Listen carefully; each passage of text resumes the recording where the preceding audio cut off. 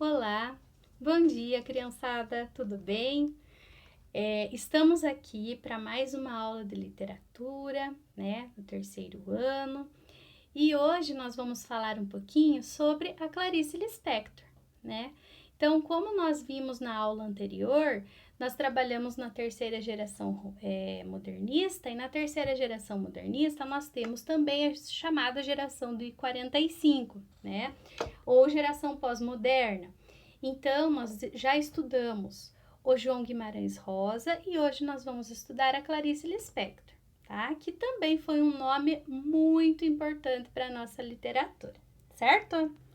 Então, gente, eu trouxe para vocês uma frase da Clarice Lispector que eu acho maravilhosa. Então, ela diz assim: antes de julgar a minha vida ou o meu caráter, calce os meus sapatos e percorra o caminho que eu percorri. Viva as minhas tristezas, as minhas dúvidas e as minhas alegrias. Percorra os anos que eu percorri, tropece onde eu tropecei e levante-se assim como eu fiz. Vejam, gente, essa frase ela traduz exatamente o que a Clarice Lispector fez e foi dentro da literatura, né? Então, ela foi bastante criticada, foi por ela ser uma mulher e pelas obras que ela escreveu, que fazem parte da prosa intimista, que até então nunca tinha sido trabalhada. Então, ela se levantou e hoje nós temos a Clarice Lispector como uma das melhores e maiores escritoras da nossa literatura. Então, nós vamos conhecer um pouquinho sobre ela hoje, sobre as suas características, sobre as suas obras. Então, pessoal, eu coloquei aqui para vocês algumas características da Clarice, então começando assim, ela faz parte da prosa intimista. O que significa a prosa intimista? Significa a prosa que vem do íntimo, vem do interior. Então ela é capaz de transformar os seus personagens, fazendo com que eles tenham pensamentos próprios e que eles exponham esses sentimentos, esses pensamentos dentro das narrativas, certo?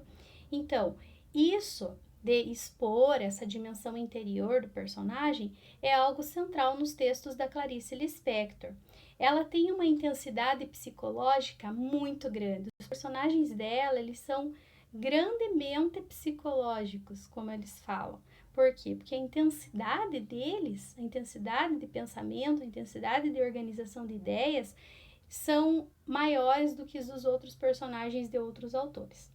Ela traz algo novo na literatura, né? Algumas coisas novas, na verdade, na literatura, começando pelo monólogo interior. O que é o monólogo interior? Monólogo, alguém falando, né, de si próprio. Então, o monólogo interior, ele é uma sondagem do personagem. Então, ela faz essa sondagem por meio desse monólogo. Então, a forma como esse personagem vê a vida, como ele encara essa vida, transforma, certo? Então, é o monólogo interior. Também trabalha com o fluxo de consciência. O que é o fluxo de consciência? São todos os pensamentos dos personagens que são transpostos para o texto. Então, ela faz algo diferente. Tudo aquilo que o personagem pensa, o que ele sente, o que ele já viveu, o que ele quer viver ainda, é colocado dentro da literatura. É colocado dentro da história desse personagem, né? Então, isso foi algo novo. E esse fluxo de consciência, muitas vezes, ele traz uma ambiguidade dentro da obra. E essa ambiguidade, ela pode ser revista pelo quê? Pela mistura entre passado e presente, né? Por isso que a gente fala muito em tempo psicológico, quando nós falamos da Clarice. A realidade e a imaginação se fundem. O que é real? O que é inventado? O que é ficção? A felicidade e o medo sempre vão ser duas constantes, né? Ora vai estar feliz, ora vai estar com medo, ora o medo traz a felicidade, ora a felicidade leva ao medo. Sempre vão estar nessa mistura, nessa mescla. E os personagens da Clarice Lispector, eles vivem a epifania. A epifania, gente, é uma revelação, uma iluminação. É um questionamento das coisas do mundo. Então, por exemplo, eu sempre gosto de dar esse exemplo assim, ó, você está estudando lá um conteúdo de uma matéria que você acha difícil, né? Aí você não consegue entender aquela matéria, e o professor explica, aí alguém explica, aí você pede de novo, de novo. De repente, puf, você entendeu a matéria, né? Você teve aquela iluminação de pensamento. Então, a epifania é isso, gente. É aquela ideia que você tem. Peraí, era isso? Nossa, eu não sabia. Tipo, é uma coisa bem interessante que ela coloca. E as personagens dela, geralmente, elas vão ter a epifania, né? Então, a gente vai hoje ver a Hora da Estrela, que ela possui todas as características, né, nessa obra. Todas as da Clarice estão nessa obra. Então, gente, ela escreveu inúmeras obras. Então, eu coloquei algumas aqui para vocês, ó. Perto do Coração Selvagem, O Lustre, A Cidade Sitiada, Laços de Família, inclusive algumas viraram séries na televisão, outras viraram novelas também. Laços de Família, Maçã no Escuro, A Legião Estrangeira, Paixão segundo GH, O Mistério do Coelho Pensante, A Mulher que Matou os Peixes, Uma Aprendizagem, um Livro de Prazeres, Felicidade Clandestina, Água Viva, Imitação da Rosa, Via Crucis do Corpo, Onde Estiveste de Noite, Visão do Esplendor e A Hora da Estrela. Então, nós vamos ver hoje um pouquinho da história sobre essa obra, gente, que ela deu esse nome para Clarice Lispector, né? Ela trouxe a Clarice Lispector para um patamar maior quando ela escreveu essa obra. Por quê? Porque ela evidencia todas as características da Clarice. Então, A Hora da Estrela, gente, é uma obra, assim, única na nossa literatura, e vocês vão ver por quê. Então, ela conta a história da Macabeia, né? E nós temos dentro da narrativa da Hora da Estrela um narrador, que é o Rodrigo S.M., ele é um narrador personagem, mas ao mesmo tempo ele interfere na ação da Macabeia, né? Então ele acaba usando da forma, da linguagem do que ele escreve para caracterizar a Macabeia, né? Então ele também participa da história.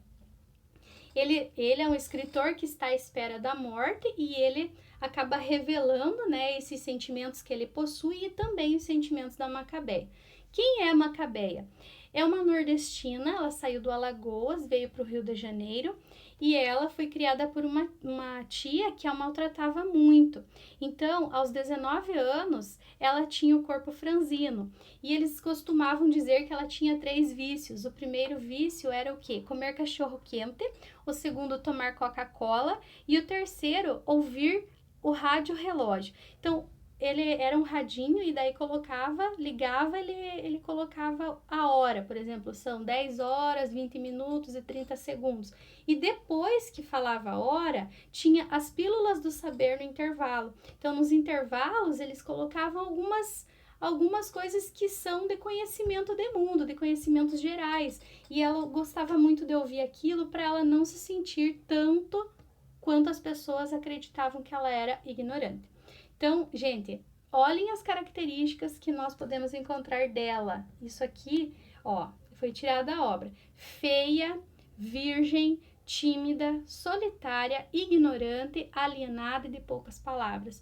Gente, pensem que assim, a gente fica até sem palavras para falar tanta coisa negativa que é colocada para uma mulher, né? E por que a Hora da Estrela? Por que esse nome se ela tem essas características todas depreciativas, né? Ela arranjou um emprego de datilógrafa na cidade, né? Datilografia, né? Hoje a gente tem o digitador, então naquela época era o datilógrafo, né? Então ela arranjou, só que ela não se deu bem naquele emprego, porque ela não tinha muito conhecimento, ela não sabia fazer o seu trabalho bem feito e ela deixou muito a desejar, né? Então o chefe dela acabou demitindo. Então ele demitiu, ela tinha um namorado, né, que também era nordestino, mas era um nordestino assim que ele era bem ambicioso e ele tinha para com ela um relacionamento abusivo, então ele chamava ela de boba, que ela não sabia fazer nada e tal, e era o Olímpico de Jesus o nome dele. Gente, essa história ela é maravilhosa porque ela traz várias características, né, negativas e que no final ela vai viver a epifania. Eu vou explicar por quê. Então, assim, ela foi despedida do emprego e o namorado terminou com ela, o namoro, porque ele achou uma outra moça que era mais interessante do que ela, mais bonita do que ela, porque ela era feia, franzina, né, conforme a história coloca. Aí, ela, assim, tava desgostosa da vida e ela acabou indo numa cartomante. E essa cartomante, a Madame Carlota, ela viu, né, numa bola de cristal a sorte da Macabeia. E ela disse assim, você é uma pessoa muito sofrida, né? Lógico, pela cara dela, você observava nela, sabia que ela era uma pessoa sofrida, né? E ela disse assim, que ela ia encontrar a felicidade, porque ela ia encontrar um alemão, e esse alemão ia trazer uma estrela para ela, né? Então ela ficou super feliz, ela saiu da cartomante, alegre, animada com aquilo que ia acontecer na vida dela. E o que acontece? Um Mercedes-Benz amarelo, dirigido por um alemão, bate nela, né? Bate e ela fica ali praticamente agonizando, né? Fica agonizando e naquele momento ocorre a hora da estrela, né? É o momento que as pessoas enxergam a Macabeia, que ela se sente uma estrela de cinema, porque quando aconteceu o atropelamento, todo mundo chegou perto dela para ver como é que ela estava e tal, então ela se sentiu importante naquele momento. Então, por isso o nome da obra, A Hora da Estrela. Gente, em que momento dessa narrativa ocorre essa epifania? Quando a madame, né, a cartomante fala para ela, você sofreu muito, ou seja, você era uma invisível social e uma invisível para você mesma. E ela pensou, meu Deus, o que eu fiz da minha vida? Será que tudo que eu fiz não teve valor para ninguém? Então ela começou a pensar, ela teve essa iluminação, essa revelação que eu falei para vocês no início lá, que é uma característica da Clarice, né? Gente, essa obra, ela é irônica pelo fato de que só no momento da morte é que a Macabeia obtém a grandeza do ser. Então, gente, aí mostra mais uma vez a importância da Clarice Lispector para a nossa literatura.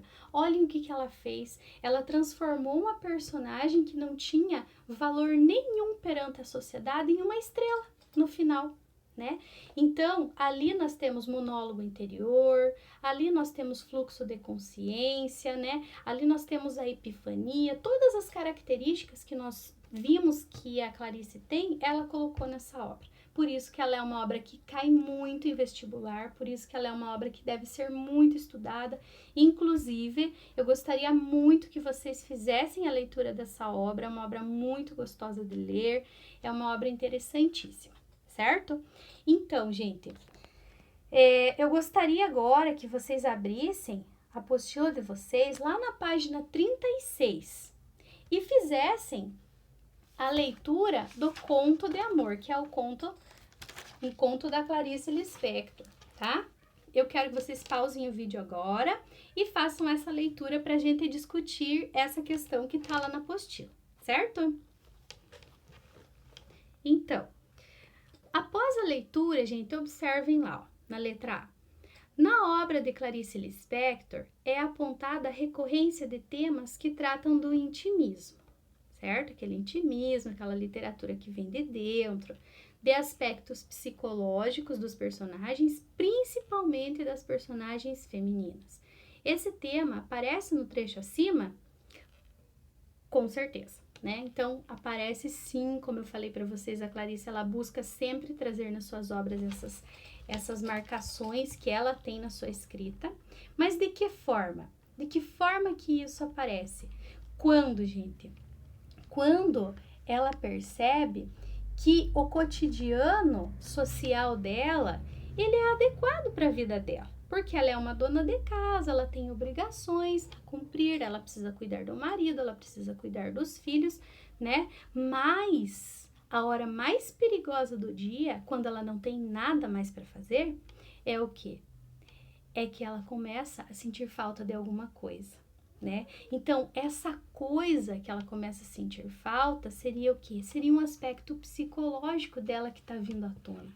Então, ela quer descobrir algo. Tanto que ela fala lá de voltar a costurar, que é uma coisa que ela gostava bastante de fazer, né? Então, essa característica, gente, da Clarice, de trazer, né, ó, o nome, Amor, Conto do Amor, né?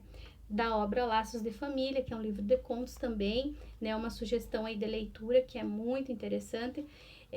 Eu acho assim, gente, maravilhosa a forma como ela coloca, né? Esse cotidiano que é alterado por meio do quê? De um aspecto psicológico. O que eu tô pensando? Será que aquela minha vida, a vida que eu tô levando, cuidando dos meus filhos, cuidando do meu marido, é o suficiente para mim ou eu quero algo mais, né? Então, a personagem do conto, ela diz o quê? Que ela precisa de algo a mais.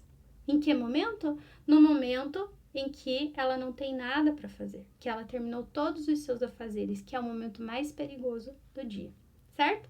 Então, gente, espero que vocês tenham gostado da nossa aula, né?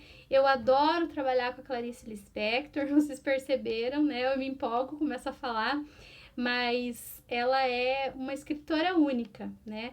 E a literatura, ela tem esse poder, ela tem o poder de transformar a vida das pessoas, né? Então, fica a sugestão aí, se vocês, né, não leram ainda, leiam, gente, vale a pena. Vocês vão ver quanto conhecimento de mundo vocês vão adquirindo. É uma obra maravilhosa, faz parte do nosso estudo, cai no vestibular, então, né, fica a dica aí, ok? Então, até a próxima aula, fiquem com Deus e até!